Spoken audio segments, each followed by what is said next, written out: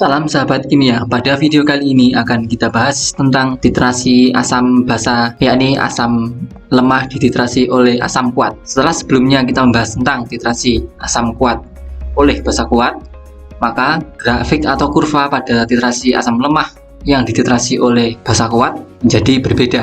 Perbedaannya adalah pada bentuk grafik dan proses perhitungan pada setiap penambahan dari volume NaOH. Pada kali ini, titrasi adalah 50 ml dari asam asetat 0,1 m yang dititrasi oleh NaOH 0,1 m. Sebelum kita membuktikan pada penambahan volume NaOH tertentu akan menghasilkan pH dari titrasi, maka seperti biasanya kita menentukan dulu titik ekivalen. Nah, untuk menentukan titik ekivalen seperti video yang sebelumnya, memakai rumus mol asam sama dengan mol basa, kemudian di sini mol CH3COH atau asam asetat sama dengan mol NaOH. Rumusnya Ma kali Va sama dengan Mb kali Vb.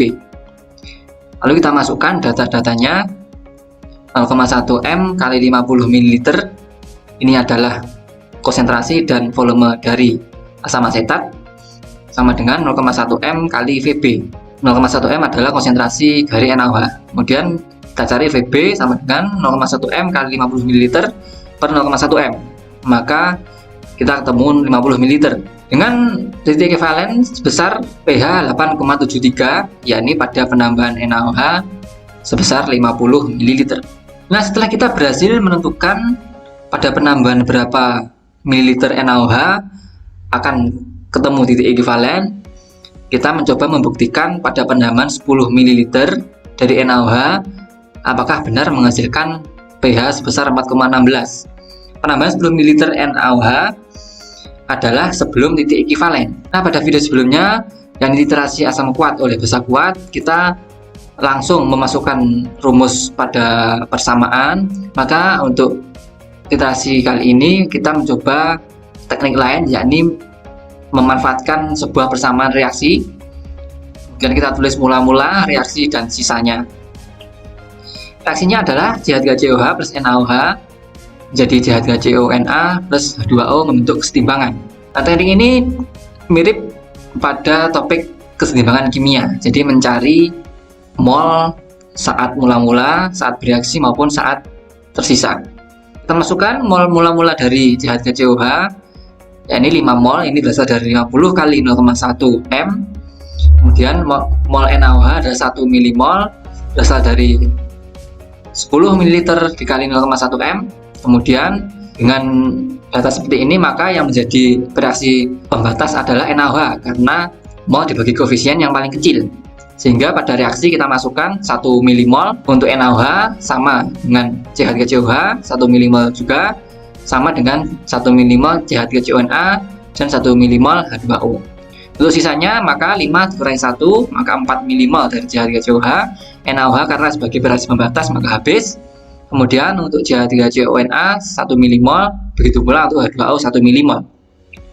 Dan di sini komposisi pada saat sisa, yakni ada CH3COH, CH3CONa, dan H2O, maka bisa kita simpulkan bahwa sisa spesies pada reaksi ini adalah asam lemah CH3COOH dan garam atau basa konjugasi, yakni CH3COONa.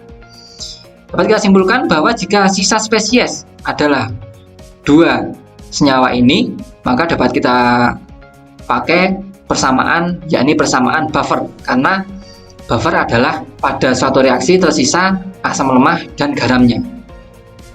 Nah, CH3CONa adalah buffer asam, maka kita masukkan rumus H+ sama dengan Ka kali mol asam per mol garam sama dengan Ka kali mol CH3COOH per mol CH3COONa.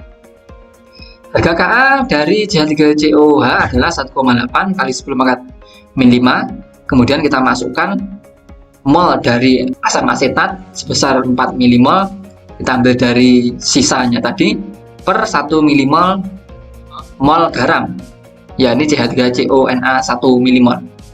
Setelah kita hitung, ketemu harga H+ sebesar 7,2 kali 10 pangkat min 5. Kita ubah ke dalam pH, yakni min log H+ sama dengan min log 7,2 kali 10 pangkat min 5. kita ketemu 5 min log 7,2.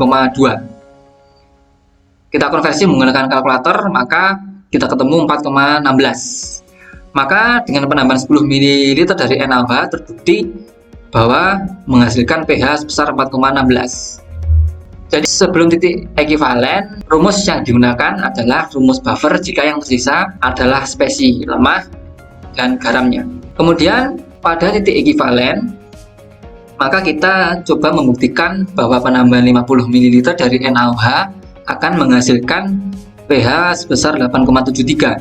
Dengan cara yang sama, kita menggunakan teknik setimbangan. Kita tulis dulu mula-mula, kemudian reaksi, dan kemudian sisa.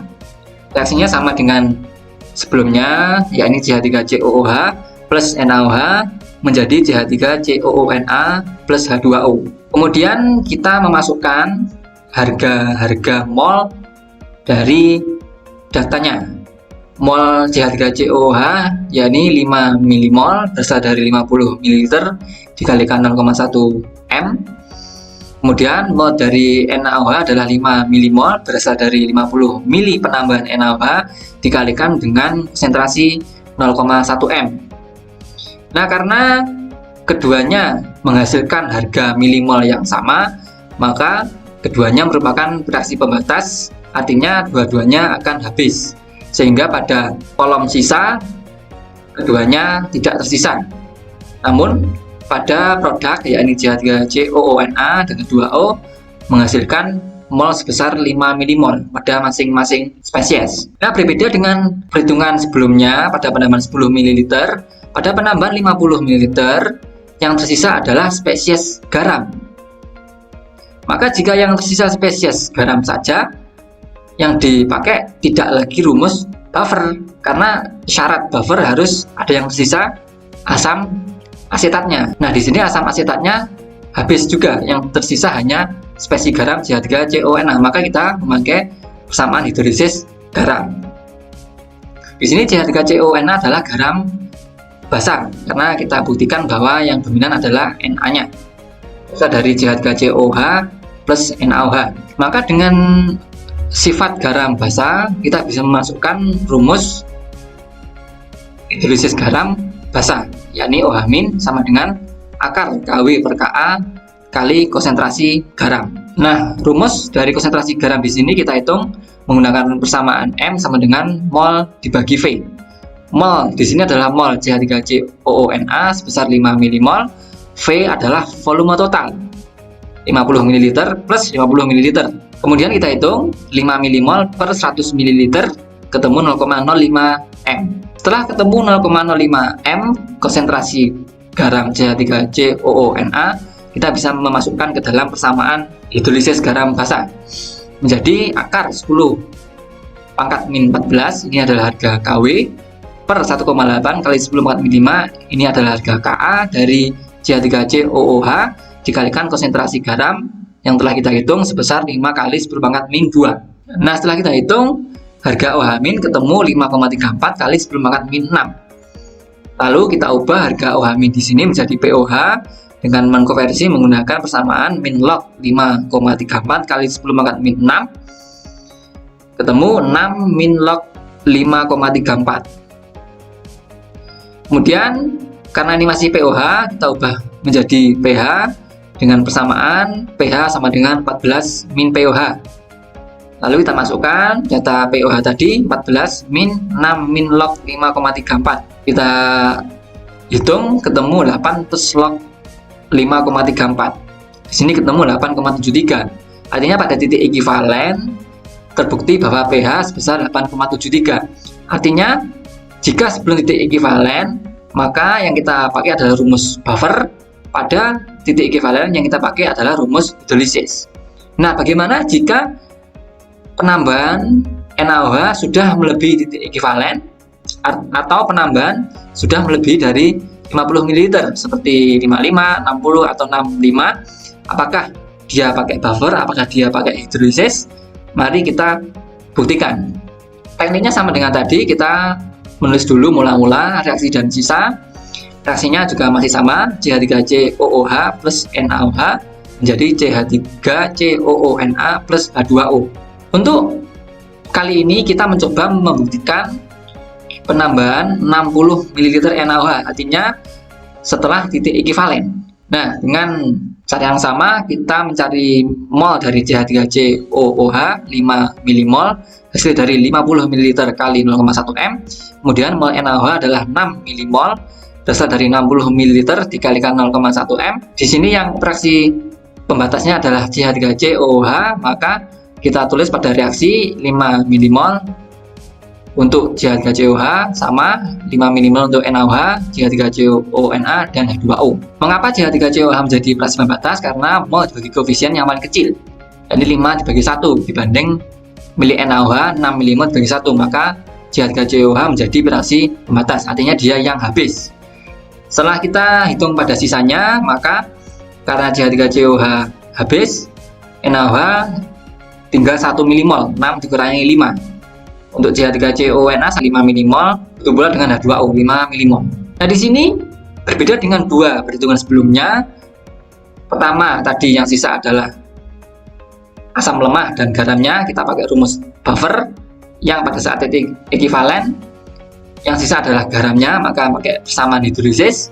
Kali ini yang tersisa spesi basa kuatnya. Nah, pakai apa? Maka perhitungannya menggunakan perhitungan pH basa kuat biasa.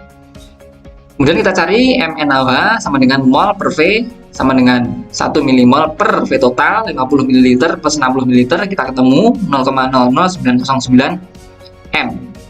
Maka OH min sama dengan 0,00909 M, kita ubah ke desimal menjadi 9,09 kali 10 pangkat min 3. Kemudian kita cari harga pOH-nya dengan menggunakan min log OH min sama dengan min log 9,09 kali 10 pangkat min 3. Kita ketemu 3 min log 9,09. Lalu kita cari harga pH sama dengan 14 min pOH sama dengan 14 min 3 min log 9,09. Setelah kita hitung, kita ketemu 11 plus log 9,09. Kita konversi menjadi 11,96.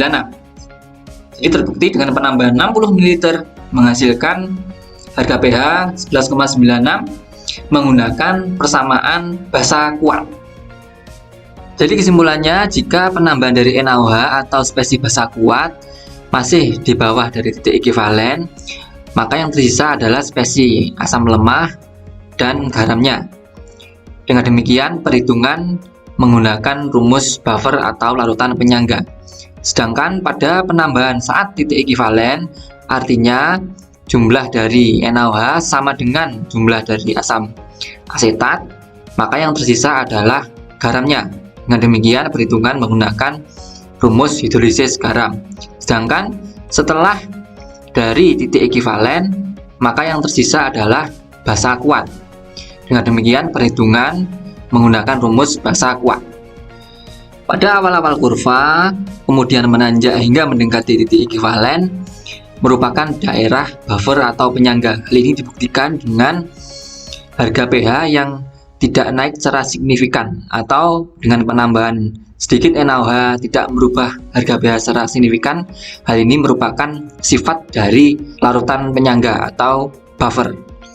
Kemudian naik hingga titik ekivalen merupakan daerah hidrolisis garam, karena dari NaOH dan asam asetat sama-sama habis atau mol dari keduanya sama. Lalu naik secara signifikan, kemudian lurus ke kanan merupakan daerah basa kuat. Meskipun pH tidak berubah secara drastis, daerah ini bukan merupakan daerah buffer karena tidak terdiri dari spesi asam lemah dan garamnya, namun hanya terdiri dari spesi basa kuat.